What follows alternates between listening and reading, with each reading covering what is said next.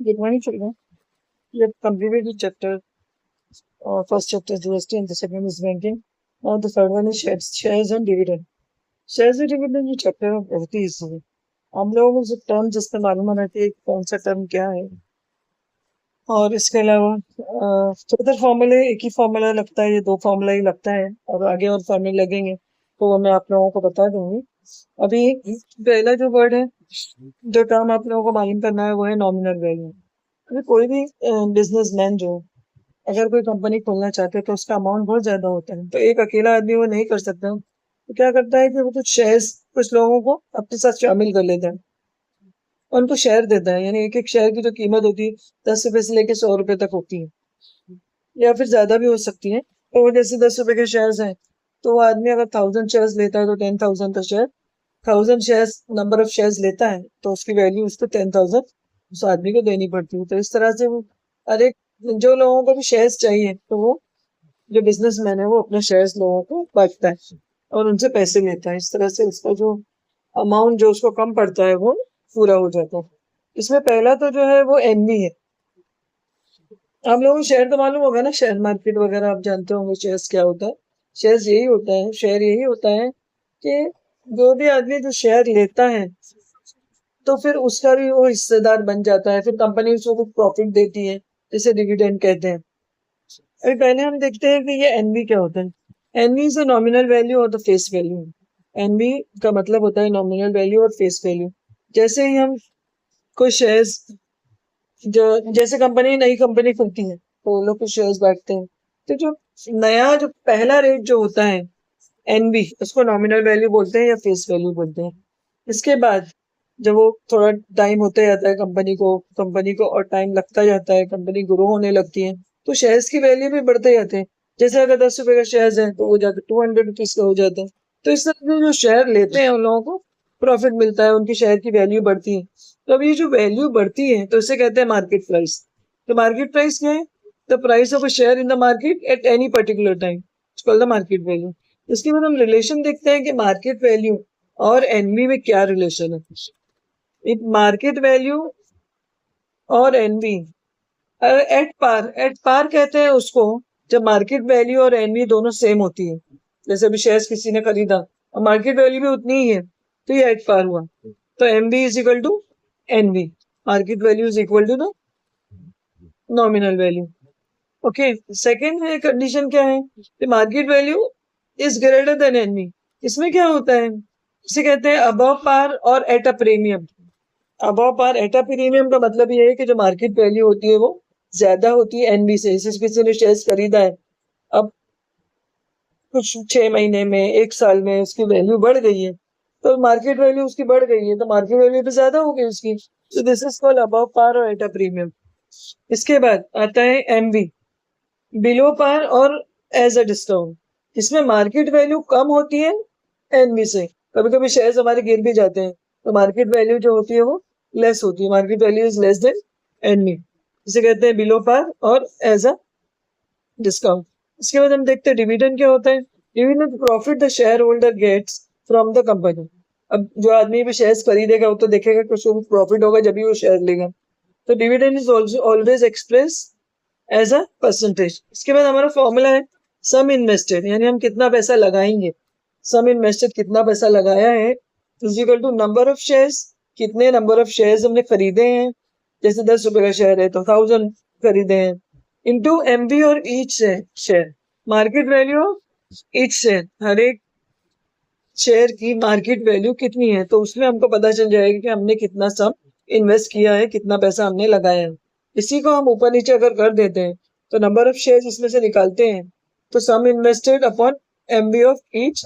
अगर मुझे मालूम करना है कि नंबर ऑफ शेयर्स क्या है उसको मैं इधर ही छोड़ देती हूँ, sum invested divided by MV of each share that is equal to the number of shares. Number of shares मालूम करना आप इस तरह से कर सकते हैं, लेकिन एक ही फॉर्मूले का आप ऊपर नीचे घुमा हुआ सॉल्व कर सकते हैं। ये हो गया अभी हमारा जनरल इंट्रोडक्शन। कुछ टर्म्स हमने मालूम करनी है। अब हम जाते हैं, जैसे जैसे और फॉर्मूलेज आएंगे तो मैं आप लोगों को बता दूंगी। अभी फिलहाल तो इतने ही फॉर्मूले लगने वाले हैं। तो ज्यादा फॉर्मूले देख कर बच्चे बहुत ज्यादा कंफ्यूज हो जाते हैं। कंफ्यूज होने की कोई जरूरत नहीं है, ज्यादातर मोरलेस जो सेम फॉर्मूलेज जो है वही लगते हैं। अभी शुरू में तो जो मल्टीपल चॉइस क्वेश्चन है हम जाते हैं एक्सरसाइज 3A करते हैं। उसमें फर्स्ट क्वेश्चन है मल्टीपल चॉइस क्वेश्चन। उसका फर्स्ट क्वेश्चन है choose the correct answer. The money required to buy the 50, यानी 50 क्या है, ये शेयर्स है, ₹20 shares, each share cost ₹20 at 10% premium. जब भी प्रीमियम आता है तो हम लोगों को क्या करना होता है, जो भी वैल्यू है उसे हमको ऐड करना होता है। जो भी शेयर की वैल्यू है उसमें हमको प्रीमियम आता है तो ऐड करना होता है एट पार।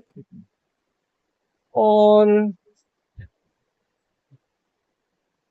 प्रीमियम में हम ऐड करते हैं। इसके अलावा अगर डिस्काउंट कहते हैं तो हमको शेयर में से वो वैल्यू को माइनस करना होता है। ठीक है, तो ये बातें ध्यान में आपको एक दो रखनी पड़ेगी। फर्स्ट क्वेश्चन हम करते हैं। तो अभी हमको दिया हुआ कितना दिया हुआ है यहाँ पर, number of shares, number of shares, number of share is equal to, कितने शेयर्स दिए हैं 50, टोटल 50 शेयर्स है। तो बोल रहा है कि अगर 50 शेयर्स आप लेते हो, हर एक शेयर की वैल्यू ₹20 है और 10% प्रीमियम है, तो कितना पैसा लगेगा, कितना सम आपको इन्वेस्ट करना पड़ेगा इसमें। The money required is how much. Second, हमको और क्या दिया हुआ है, शेयर की वैल्यू दी हुई है, rate of each share, of each share, each share,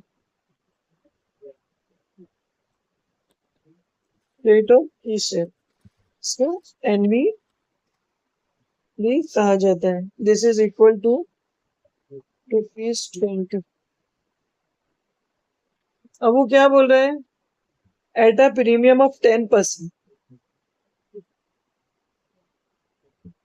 premium at a premium premium at a premium 10%,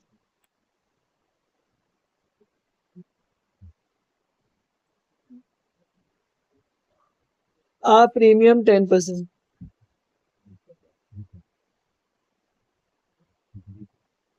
this is equal to, अभी प्रीमियम 10% बोल रहा है, वो ये नहीं बोल रहा है कि इतने पैसे या उतने पैसे, परसेंट बता रहा है कि जो शेयर है उसका 10% प्रीमियम है, यानी दिस इज 20 × 10%। 20 × 10% हम करते हैं तो 20 × 10/100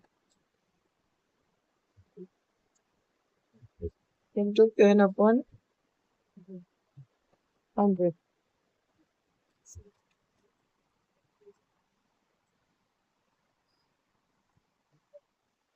is equal to, zero zero cut गया,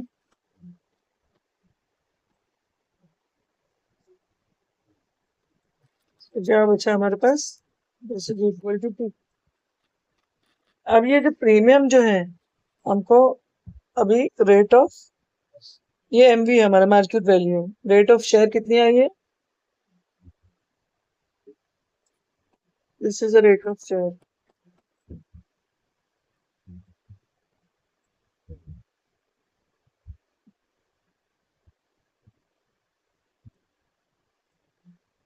rate of share, this is MV is equal to, ये एमवी हो गया हमारा, इज इक्वल टू 20 + 2। प्रीमियम में क्या करते हैं, हम उसको ऐड करते हैं, जितना भी प्रीमियम अगर वो बोलता है तो हमको ऐड करना है, डिस्काउंट बोलता है तो हमको माइनस करना है। 20 + 2, दिस इज इक्वल टू 22। अब money required to buy the 50 shares, money required to buy 50 shares,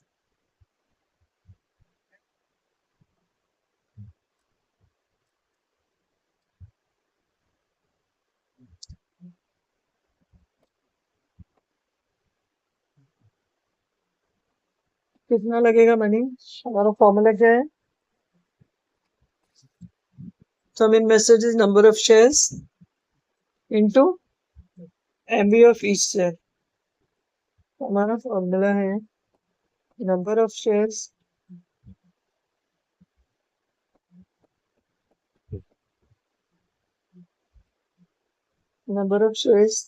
multiply by MV of each share.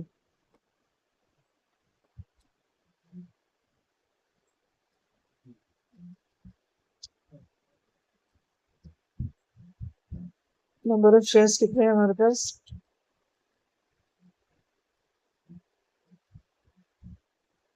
This is number of shares at 50 into 22. ये आता है is equal to 1100 rupees. Next line पे हमारा कौन सा है? Option to.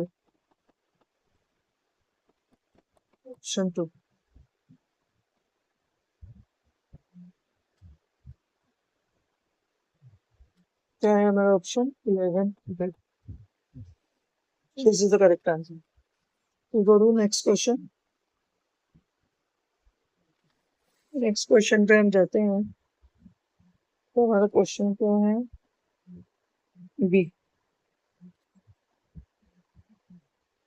Money required to buy 50 rupees 20 source at the rupees 10 discount is। अब यहाँ पर हमें क्या दिया है? दिया है हमको इधर number of shares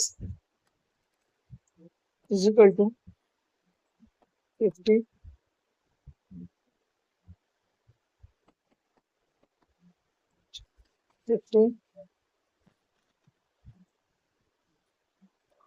rate of each share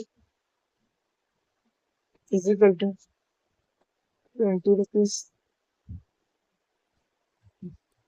अब वो बोल रहा है at a discount of ₹10 that is equal to discount है तो हमें क्या करना है? 20 में से माइनस करना है। 10 रुपीज का डिस्काउंट दिया गया है दैट इज इक्वल टू 10। तो each share cost ₹10। Now question क्या पूछ रहे हैं वो लोग? Money required to buy 50 share और 20 रुपीज का शेयर था, उसमें डिस्काउंट मिल गया तो 10 रुपए का एक शेयर हो गया। तो अभी हमको मालूम करना है क्या? फॉर्मूला में डाल सकते हैं और सम मनी रिक्वायर्ड भी लिख सकते हैं या सम इन्वेस्टेड भी लिख सकते हैं।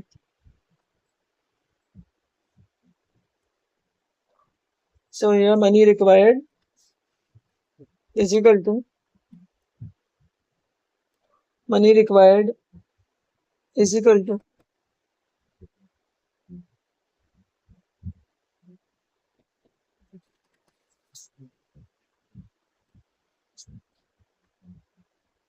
number of shares into MV of each share।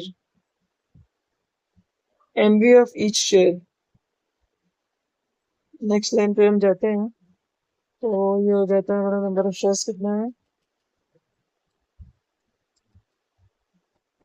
Shares है 50 multiplied by 10, so this comes to 500 rupees। और हमारा ऑप्शन क्या है? The correct option is 3। Option 3 that is equal to 500 rupees। 3 option third option में हमारा थर्ड ऑप्शन। आप लोगों को अगर नहीं समझा तो मुझे कमेंट बॉक्स में बताइएगा। ओके, यहाँ तक आप लोगों को समझ में आ गया होगा। नेक्स्ट क्या समझना है नेक्स्ट वीडियो में अपने आप लोगों को आगे एक्सप्लेन करूंगी।